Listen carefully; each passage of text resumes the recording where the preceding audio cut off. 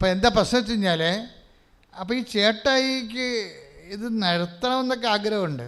പക്ഷേ ഉടമ്പടി എടുത്തു കഴിഞ്ഞപ്പോൾ അദ്ദേഹത്തിന് പിന്നെ ഇവിടുന്ന് പോയിട്ട് വലിക്കാൻ അദ്ദേഹം മറന്നുപോയി.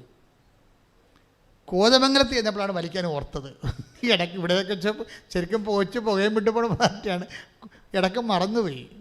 കോതമംഗലത്ത് ചെന്നപ്പോൾ ഓർത്ത് കഴിഞ്ഞപ്പോൾ പുള്ളിക്ക് ഭയങ്കരമായ ഒരു സങ്കടം തോന്നി.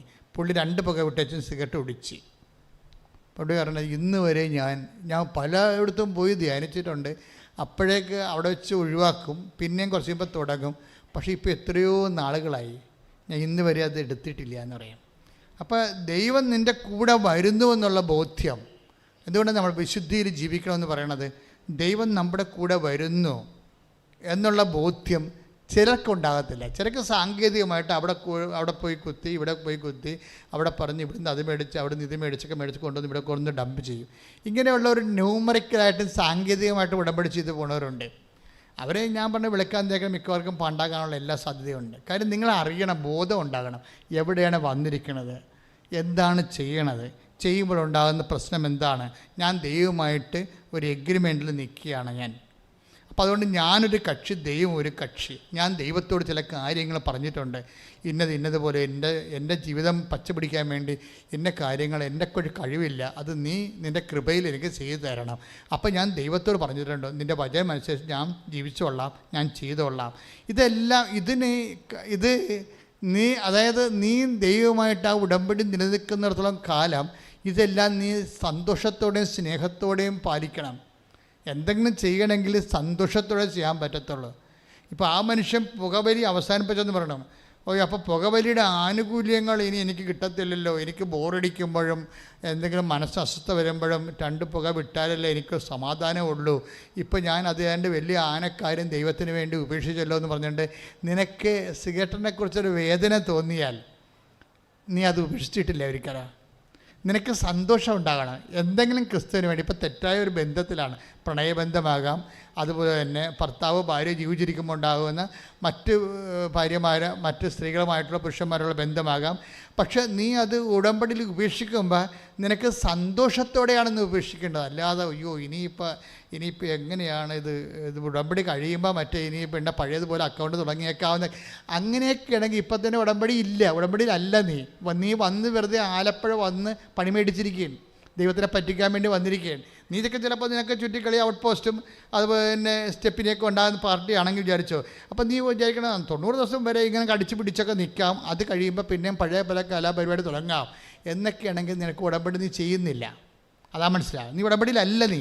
കാരണം ദൈവത്തിനെ പറ്റിക്കാവുന്ന നേരത്തെ, അപ്പോൾ നിൻ്റെ മനസ്സ് ദൈവത്തിന് അറിയാമല്ലോ, പറ്റിപ്പാണ്, ഉടായ്പം കൊണ്ട് വന്നിരിക്കുകയാണ്, തൽക്കാലം കൈ കാണിക്കാനുള്ള പറ്റിപ്പഴപ്പോൾ പരിപാടിക്ക് ഇറങ്ങിയിരിക്കുകയാണെന്ന് പറയുമ്പോൾ തന്നെ വന്ന് പണി മേടിച്ച പോലെ ഇരിക്കും. എന്തിനാ വെറുതെ വീട്ടിലിരിക്കുന്ന ആൾ ആലപ്പുഴ വന്ന് പണി മേടിക്കേണ്ട വല്ല ആവശ്യമുണ്ടോ? വീട്ടിലിരിക്കാൻ പറ്റേ. അപ്പോൾ നിങ്ങൾ ഒരിക്കലും ഇത് ചെയ്യുകയാണെങ്കിൽ കർത്താവിനൊരു സന്തോഷത്തെ, അതാണ് സന്തോഷത്തോടെ 13 അധ്യായം. എന്ത് ദൈവത്തിന് വേണ്ടി എന്തെങ്കിലും നഷ്ടപ്പെടുത്തിയാൽ അത് ദൈവം അത് അക്സെപ്റ്റ് ചെയ്യണമെങ്കിൽ നിനക്ക് സന്തോഷമുണ്ടാകണം. മനസ്സിലായില്ലേ? നീ എന്തെങ്കിലും പാപകരമായോ അല്ല കാര്യങ്ങൾ ദൈവത്തിന് പ്രയോജനമില്ലാത്ത കാര്യങ്ങൾ നിൻ്റെ കയ്യിലുള്ളത് ദൈവത്തിന് വേണ്ടി നീ വേണ്ടെന്ന് വെച്ചാൽ, ഒഴിവാക്കിയാൽ നിനക്ക് നിരാശയോടെ സങ്കടത്തോടെയാണെങ്കിൽ ദൈവം അത് അക്സെപ്റ്റ് ചെയ്യത്തില്ല. പിന്നെ എന്ത് ചെയ്യണം? സന്തോഷത്തോടെയാണ് ചെയ്യേണ്ടത്. അത് സന്തോഷത്തോടെ ചെയ്താലേ അത് അക്സെപ്റ്റ് ചെയ്യത്തുള്ളൂ. കാര്യം ഒരു യുവാവിന് ഭയങ്കര ധനമുണ്ടായില്ലേ, അപ്പോൾ അത് വിൽക്കണമെന്ന് പറഞ്ഞപ്പോൾ അവൻ സങ്കടത്തോടെ പോയെന്ന് പറഞ്ഞില്ലേ. അപ്പം നമ്മൾ ചെയ്യുന്ന പ്രവൃത്തികളിൽ നമുക്ക് സന്തോഷമോ സങ്കടമോ ഉണ്ടാകട്ടെ. Take the word of God. സന്തോഷത്തോടെ പോയി. 13 അധ്യായം ശ്രദ്ധിക്കട്ടെ. മത്തായി ശ്ലീഹ 13:44 വായിച്ചോളൂ. സ്വർഗ്ഗരാജ്യം വയലിൽ ഒളിച്ചു വെച്ചിരിക്കുന്ന നിധിക്കു തുല്യം. അത് കണ്ടെത്തുന്നവൻ അത് മറച്ചു വയ്ക്കുകയും സന്തോഷത്തോടെ പോയി തനിക്കുള്ളതെല്ലാം വിറ്റ് ആ വയൽ വാങ്ങുകയും ചെയ്യുന്നു. ഈ വയൽ വാങ്ങിയ ആൾക്കാരാണ് അഭിഷേപിതാവും മാതാവും. മനസ്സിലായില്ലേ? തനിക്കുള്ളതെല്ലാം വിറ്റ് അവർ വിൽക്കാൻ വെച്ചുകൊണ്ടിരിക്കുകയായിരുന്നു. കുറച്ച് സംഭവമൊക്കെ അവർക്ക് സ്വന്തമായിട്ട് ഉണ്ടായിരുന്നതാണ്. അവിടെ നാട്, അവിടെ വീട്, പ്രസവിക്കാൻ നല്ലൊരു ഇടം, അവിടെ അമ്മയുടെ പരിചരണങ്ങൾ, അന്നമ്മയുടെ പരിചരണങ്ങൾ, ഇങ്ങനെ കുറേ കാര്യം മാതാവ് വിറ്റിട്ടുണ്ട്. മാതാവ് ഈ പുൽത്തൊട്ടിയിൽ ഉണ്ണീശയുമായിട്ട് പെറ്റ് കിടക്കുമ്പോൾ ഹൃദയത്തിൽ സംഗ്രഹിച്ചെന്ന് പറഞ്ഞാൽ സന്തോഷത്തോടെ പോയി തനിക്കുള്ളതാ വിറ്റ ദൈവരാജ്യത്തിൻ്റെ ആദ്യ പൈതലാണ്. കൈയിട്ടിച്ച് കർത്താവിനെ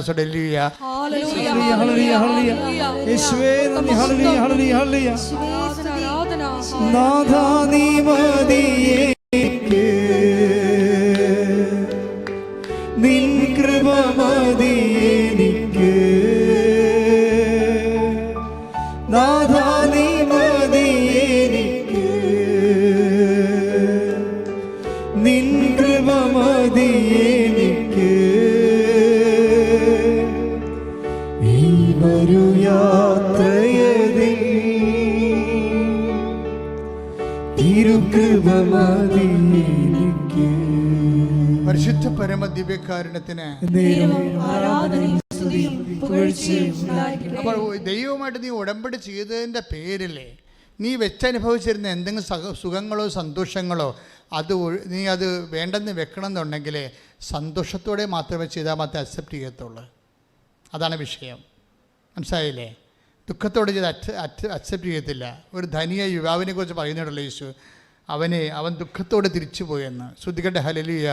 Take the word of God. ശ്രുതികട്ടെ ഹല്ലേലൂയ. യേശുവേ നന്ദി, യേശുവേ സ്തുതി. ഹല്ലേലൂയ ഹല്ലേലൂയ ഹല്ലേലൂയ. ലൂക്കാ 18:22. അത് കേട്ട് യേശു പറഞ്ഞു, ഇനിയും നിനക്കൊരു കുറവുണ്ട്. നിനക്കുള്ളതെല്ലാം വിറ്റ് ദരിദ്രർക്ക് കൊടുക്കുക. അപ്പോൾ സ്വർഗത്തിൽ നിനക്ക് നിക്ഷേപമുണ്ടാകും. അനന്തരം വന്ന് എന്നെ അനുഗമിക്കുക. ഇത് കേട്ടപ്പോൾ അവൻ വളരെ വ്യസനിച്ചു. കാരണം അവൻ വലിയ ധനികനായിരുന്നു. അപ്പം അവന് വ്യസനമുണ്ടായി. ഇപ്പം നിങ്ങളുടെ എന്തെങ്കിലും നിങ്ങൾക്ക് സന്തോഷം നൽകുന്ന എന്തെങ്കിലും സിറ്റുവേഷൻ, ചിലപ്പോൾ കൂട്ടുകെട്ടായിരിക്കാം. അപ്പം നിങ്ങളെന്താണ് ഉടമ്പെടുക്കാൻ ഇത്രയും നാൾ താമസിച്ചത്? കൂട്ടുകാരെ വിടാഞ്ഞ കൊണ്ടാണ്. അപ്പം നിങ്ങൾ ആലപ്പുഴ പോകണ ഉടമ്പെടുക്കാൻ പോകണമെന്ന് പറയാൻ പാടും, ആ തട്ടിപ്പ് ധ്യാന കേന്ദ്രത്തിൽ പോയി കാണാം, നീ യൂട്യൂബ് കേട്ടാ എന്ന് പറയും. അപ്പോൾ കൂട്ടുകാരെ പിടിച്ചെടുത്തു. ഇതിനാ ഇവിടെ വരുമ്പോഴേ നിനക്ക് അറിയത്തുള്ളൂ എന്താ ഇവിടെ നടക്കണമെന്ന്. ഇവിടെ വരുന്നത് വരെ നിന്നെ പിശാച് പിടിച്ചു നിർത്തും. അത് തട്ടിപ്പാണ് പറഞ്ഞുകൊണ്ടിരിക്കുന്നു. അതെന്നും പറഞ്ഞുകൊണ്ടിരിക്കും.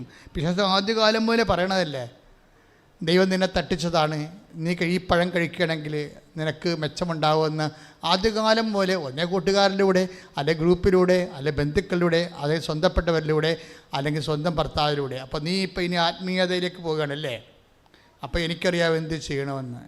നീ ഇപ്പോൾ ആത്മീയതയ്ക്ക് ഉടമ്പടി എടുക്കുമ്പോൾ പിന്നെ ഉപവാസം ഉണ്ടാകും, ശാരീരികമായ ബന്ധങ്ങൾക്കൊക്കെ എല്ലാം പരിമിതി ഉണ്ടാകുന്ന ഭർത്താവ് വിചാരിക്കണത്. ആ ഒറ്റ കാര്യം കൊണ്ട് ഭാര്യയെ കൊണ്ട് ഉടമ്പടി എടുപ്പിക്കാത്ത ഭർത്താക്കന്മാരുണ്ട്.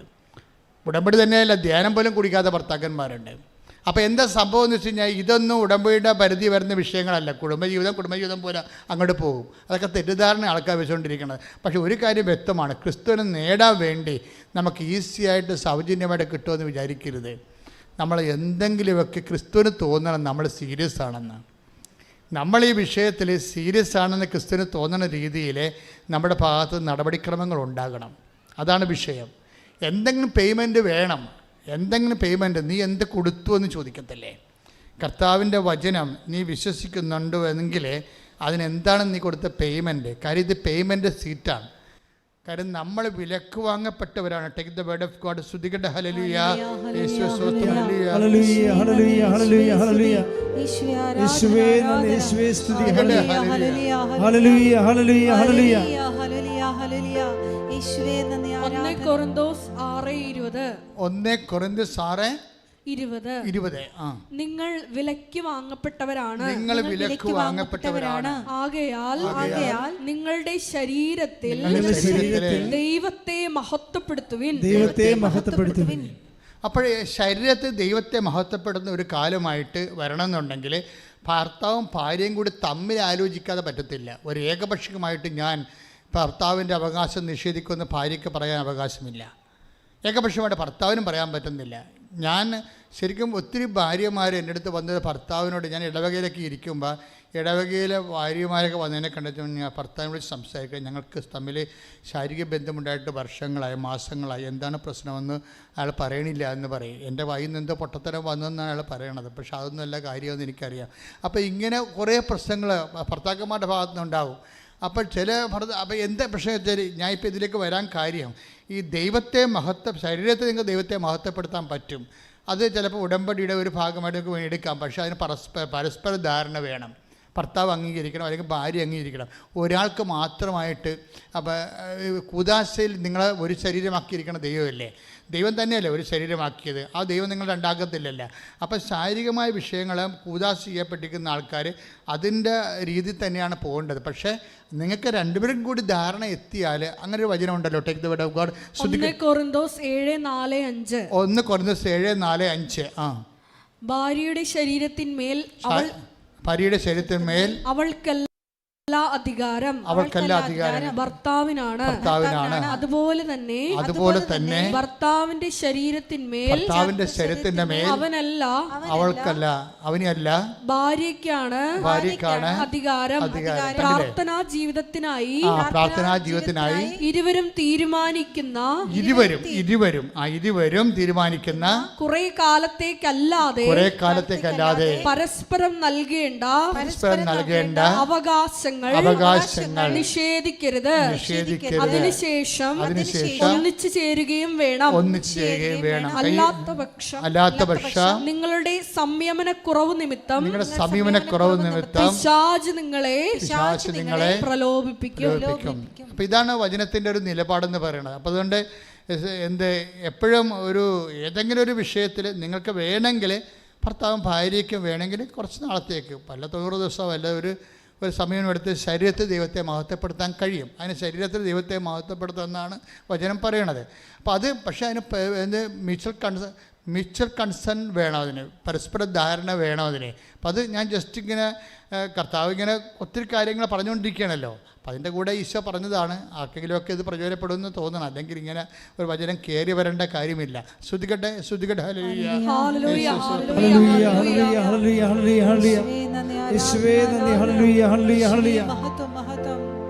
പരിശുദ്ധ പരമ ദിവ്യകാരുണ്യത്തിന്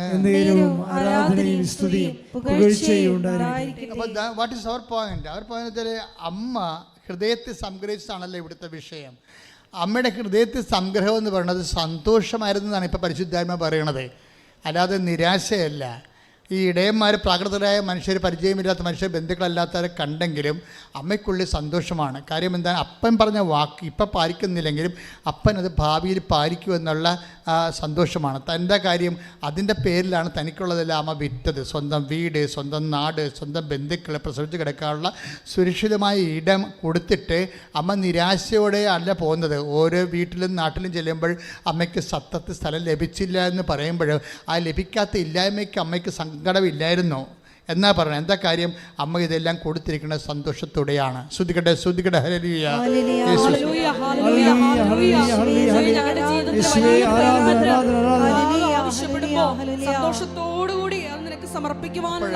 എന്താ സഹോദരങ്ങളെ വിഷയമെന്ന് വെച്ച് കഴിഞ്ഞാൽ, എന്തെങ്കിലും ഉടമ്പടി പ്രകാരം നിങ്ങൾക്കൊരു ഇടരവോ കുറവോ എങ്കിലും വന്നാൽ അത് സന്തോഷത്തോടെയാണ് നിങ്ങൾ ചെയ്യേണ്ടത്.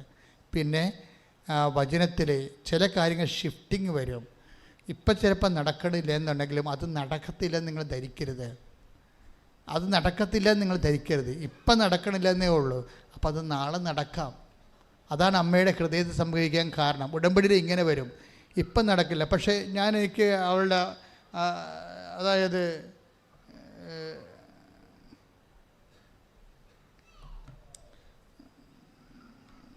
സിജിമോളിൻ്റെ സാക്ഷിയില്ലേ, സിജിമോളുടെ സാക്ഷ്യത്തിൽ ഉണ്ടാകുന്നൊരു വിഷയം. ഇപ്പം സിജിമോൾ ഉടമ്പടി എടുത്ത് ഇവിടുന്ന് പോകുമ്പോൾ പുറത്തോട്ട് ഇറങ്ങുമ്പോൾ തന്നെ റോഡിൽ നിന്ന് വലിയൊരു മഴവില്ല് റോഡിൽ നിന്ന് വളഞ്ഞ് ആകാശം പൊട്ടി നിൽക്കും. അത് മഴവില്ലാണ് ശരിക്കും. അപ്പോൾ സിജിമോൾ ഉടനെ പറയണത്, എൻ്റെ ഉടമ്പടി കർത്താവ് സ്ഥിരീകരിച്ചെന്നാണ്. എന്താ കാര്യം? സിജിമോളോട് ഉടമ്പടി ചെയ്യുമ്പോൾ അമ്മയോട് പറഞ്ഞു, അമ്മ ഡിസംബർ 30 എൻ്റെ ആങ്ങളുടെ കല്യാണം നടത്തണം. നിങ്ങൾ ഉടമ്പടിയുടെ റേഞ്ച് മനസ്സിലാക്കണം. ഉടമ്പടി അവളുടെ ഡേറ്റ് ഇട്ട് ഉടമ്പടി ചെയ്തിരിക്കുകയാണ്. ഡിസംബർ 30 അമ്മ എൻ്റെ ആങ്ങളെ കല്യാണം വേണ്ടെന്ന് പറഞ്ഞ് നടക്കുന്നതാണ്. എത്ര വർഷമായി? ഇപ്പോൾ 40-40 വയസ്സുണ്ടെന്ന് തോന്നുന്നു ആ കക്ഷിക്ക്. എത്ര വയസ്സുണ്ടെന്ന് എനിക്ക് അറിയത്തില്ല. വേണ്ടെന്ന് പറഞ്ഞ് നടത്തിയത് കല്യാണം ഇല്ലാതെ നിൽക്കുന്ന ഒരാളാണ്. പക്ഷേ ഇവൾക്കാണ് അയാളെ കെട്ടിക്കണമെന്നുള്ള ആഗ്രഹമുള്ളത്.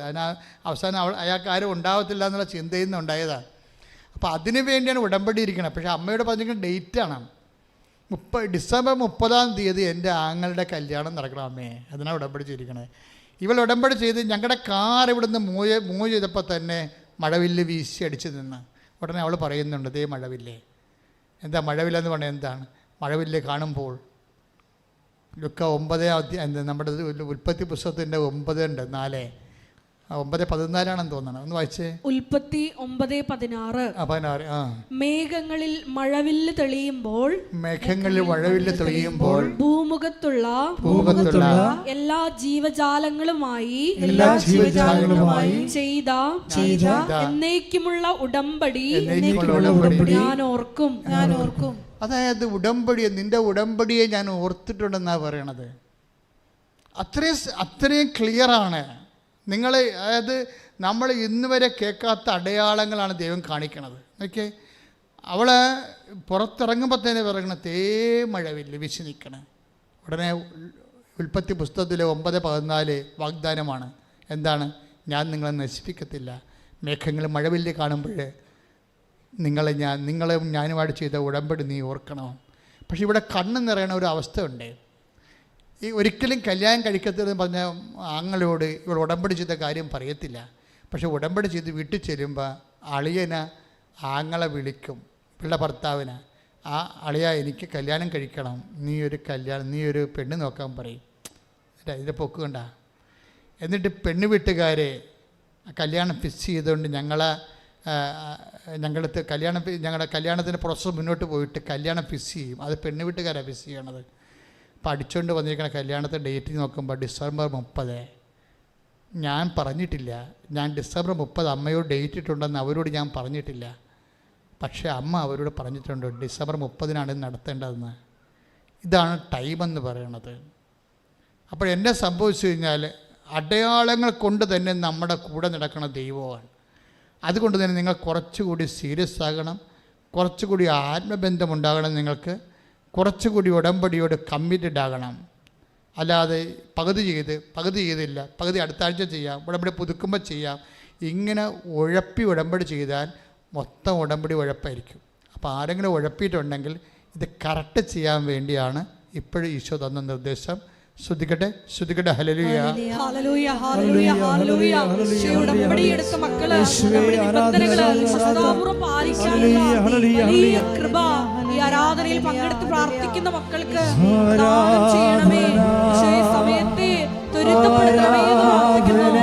ഇത്രയും വേഗം സാക്ഷ്യം പറയാനുള്ള കൃപ പ്രദാനം ചെയ്യണമേ എന്ന് പ്രാർത്ഥിക്കുന്നു. ഹല്ലേലൂയ. ആരാധന ആരാധന യേശുവേ ആരാധന. എല്ലാവരും എഴുന്നേൽക്കുക. രോഗസൗഖ്യ പ്രാർത്ഥനയ്ക്ക് പ്രവേശിക്കുകയാണ്. ശ്രദ്ധിക്കട്ടെ. ഹല്ലേലൂയ. ഹല്ലേലൂയ, ഹല്ലേലൂയ, ഹല്ലേലൂയ, ഹല്ലേലൂയ, ഹല്ലേലൂയ, മഹത്വം, ഹല്ലേലൂയ, ഹല്ലേലൂയ, ഹല്ലേലൂയ, ഹല്ലേലൂയ. വിവിധ രോഗാവസ്ഥകളിലൂടെ കടന്നുപോകുന്ന മക്കളെ പ്രത്യേകമായിട്ട് ഈ അൾത്താരയിൽ സമർപ്പിച്ച് പ്രാർത്ഥിക്കുന്നു. വിവിധ ജീവിത ദുരിതങ്ങളിലൂടെ കടന്നു പോകുന്ന മക്കളെ പ്രത്യേകമായിട്ട് സമർപ്പിച്ച് പ്രാർത്ഥിക്കുന്നു. എല്ലാവരെയും പ്രത്യക്ഷീകരണത്തിന്റെ സാക്ഷികളായി ഉയർത്തണമേ എന്ന് പ്രാർത്ഥിക്കുന്നു. ഹല്ലേലൂയ. എൻ്റെ പ്രിയപ്പെട്ടവരെ, രോഗസൗഖ്യ പ്രാർത്ഥനയുടെ സമയമാണ്.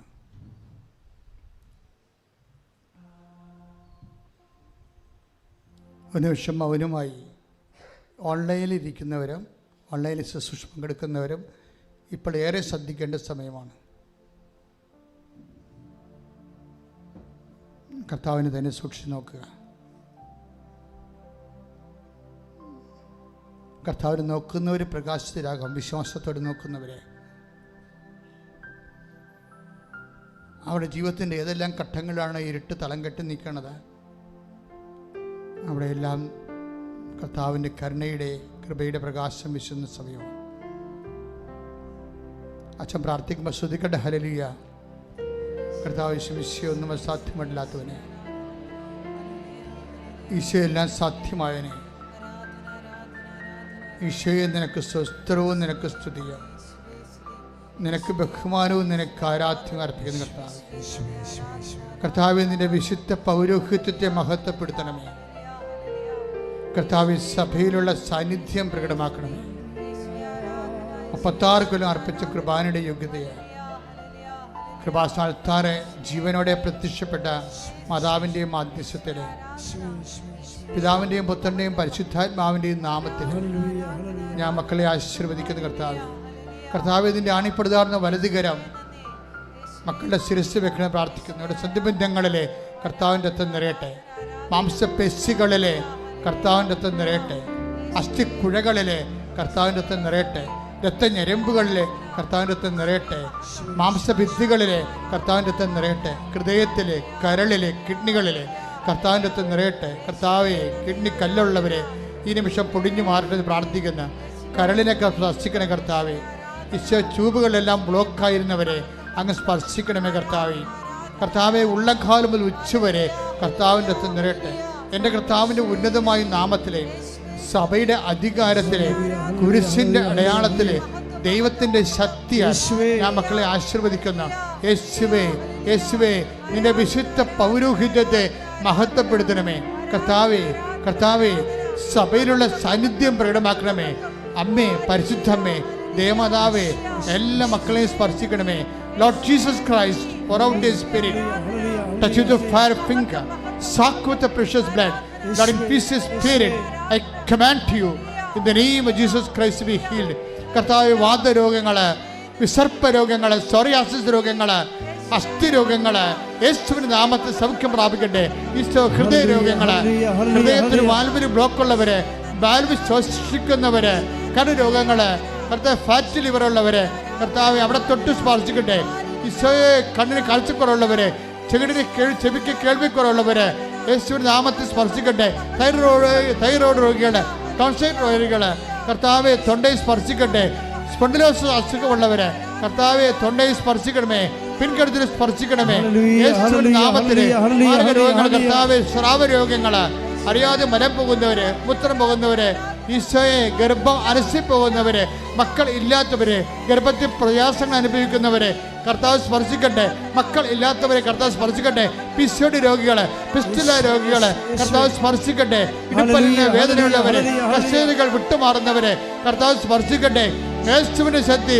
ഉറക്കമില്ലാത്തവര്, പ്രഷർ രോഗികള്, ഉറങ്ങാതെ നടക്കുന്നവര്, ഈ പ്രഷർ രോഗികളുടെ മേൽ കർത്താവിന്റെ ശക്തി പ്രവർത്തിക്കട്ടെ. യേശുവിന്റെ ശക്തി വെക്കട്ടെ. യേശുവിന്റെ ശക്തി വെക്കട്ടെ. ശ്രദ്ധിക്കട്ടെ, ശ്രദ്ധിക്കട്ടെ. മാർഗരോഗങ്ങള്, തിരവേദികള്, യേശുവിന്റെ നാമത്തിൽ കിടപ്പ് രോഗികള് സൗഖ്യം പ്രാപിക്കട്ടെ. ഹല്ലേലൂയ, ഹല്ലേലൂയ, ഹല്ലേലൂയ, ഹല്ലേലൂയ, ഹല്ലേലൂയ. യേശുവേ, യേശുവേ, ഹല്ലേലൂയ, ഹല്ലേലൂയ. ആരാധന, ആരാധന. ഹല്ലേലൂയ, ഹല്ലേലൂയ. അരികിൽ വരേണേ, സദയം തൊടേണേ, സുഖമായിടും എൻ്റെ ഉള്ളം. അരികിൽ വരേണേ, സദയം തൊടേണേ, സുഖമായിടും എൻ്റെ ഉള്ളം. മുട്ടേ നിൽക്കുക മക്കളെ. നമ്മൾ ഇപ്പോൾ പ്രാർത്ഥിക്കാൻ പോകുന്നത് ജോലിയില്ലാത്തവരെ, വിസ പ്രോസസ്സിങ്ങിലിരിക്കുന്നവരെ, പണം കൊടുത്തു പക്ഷെ വിസ പ്രോസസ്സിങ് ആകുന്നില്ല, പിന്നെ പരീക്ഷ എഴുതുന്നവരെ, ബിടെക്കും PSCയും MOHും അതും IELTSും OETയും ഇങ്ങനെ പ്രൊഫഷണൽ പരീക്ഷ എഴുതുന്നവർ,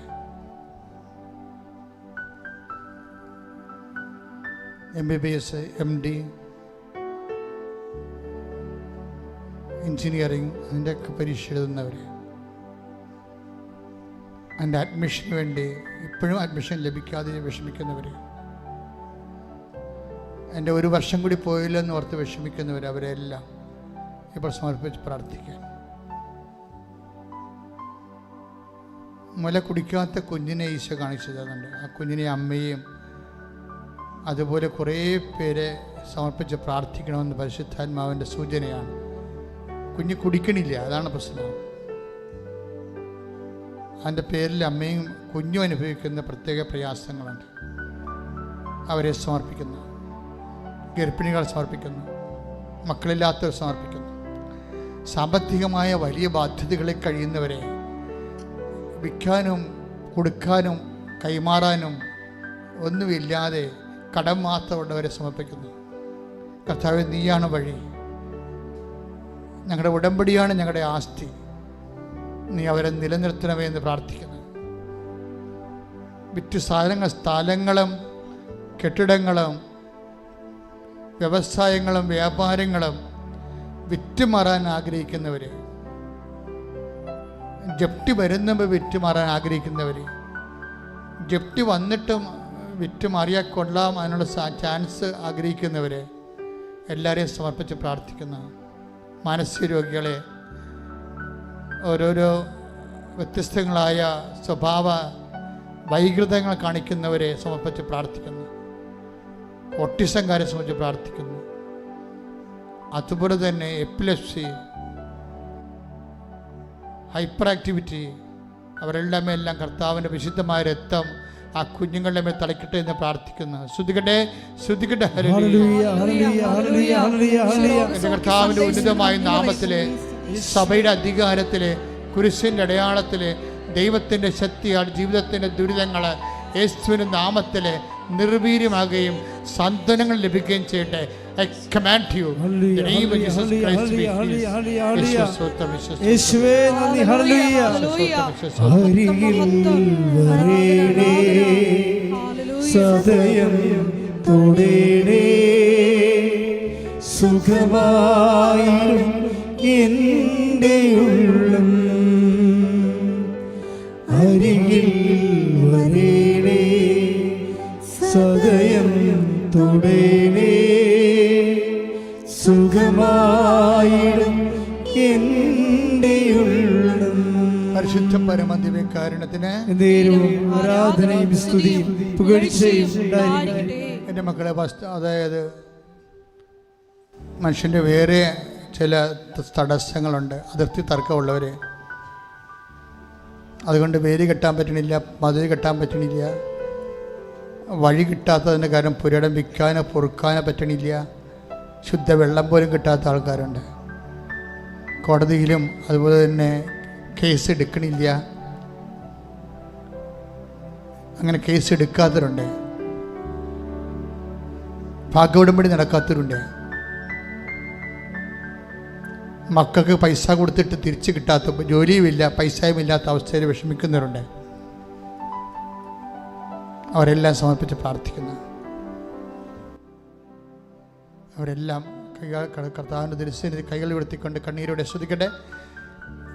എല്ലാവരും ശ്രുതിക്കട്ടെ. കർത്താവ് ഇതിൻ്റെ ഉന്നതമായ നാമത്തിൽ, സഭയുടെ അധികാരത്തിൽ, കുരിശിൻ്റെ അടയാളത്തിൽ, ദൈവത്തിൻ്റെ ശക്തി, തെറ്റായ പ്രണയബന്ധങ്ങളെല്ലാം എല്ലാം അകപ്പെട്ടിരിക്കുന്നവരെ മേൽ കർത്താവിൻ്റെ കാരുണ്യം, രാജ്യം വിട്ട് പോയിട്ടുള്ളവരെ, ജയിലിൽ കിടക്കുന്നവരെ, അപ്പനെ അമ്മനെ വിളിക്കാത്തവരെ, ഫോൺ പോലും എടുക്കാത്തവരെ, അപ്പനമ്മയെ തിരക്കാത്തവരെ, ഇങ്ങനെയുള്ള എല്ലാവിധ വൈകൃതങ്ങളിൽ പെട്ടിരിക്കുന്ന ആൾക്കാരെ എല്ലാം യേശുവിന്റെ നാമത്തിൽ വിടുതൽ ലഭിക്കട്ടെ. ശ്രുതിക്കട്ടെ, ശ്രുതിക്കട്ടെ. ഹല്ലേലൂയ, ഹല്ലേലൂയ, ഹല്ലേലൂയ. യേശുവേ ആരാധന, ആരാധന, ആരാധന. ശ്രുതിക്കട്ടെ. ഹല്ലേലൂയ, യേശുവേ നന്ദി, യേശുവേ ആരാധന. സദയം തൊടേണേ, യേശുവേ നന്ദി, സുഖമായിടും എൻ്റെ ഉള്ളം. അരികിൽ വരേണേ, സദയം തൊടേണേ, സുഖമായിടും എൻ്റെ ഉള്ളം. ഹല്ലേലൂയ, ഹല്ലേലൂയ, ഹല്ലേലൂയ, ഹല്ലേലൂയ. യേശുവേ ആരാധന, ആരാധന, ആരാധന. ഹല്ലേലൂയ, ഹല്ലേലൂയ, ഹല്ലേലൂയ, ഹല്ലേലൂയ. യേശുവേ നന്ദി, യേശുവേ സ്തുതി, യേശുവേ ആരാധന, ആരാധന, ആരാധന, ആരാധന. ഹല്ലേലൂയ, ഹല്ലേലൂയ, ഹല്ലേലൂയ, ഹല്ലേലൂയ, ഹല്ലേലൂയ. യേശുവേ ആരാധന, ആരാധന, ആരാധന. ഹല്ലേലൂയ, ഹല്ലേലൂയ, ഹല്ലേലൂയ, ഹല്ലേലൂയ.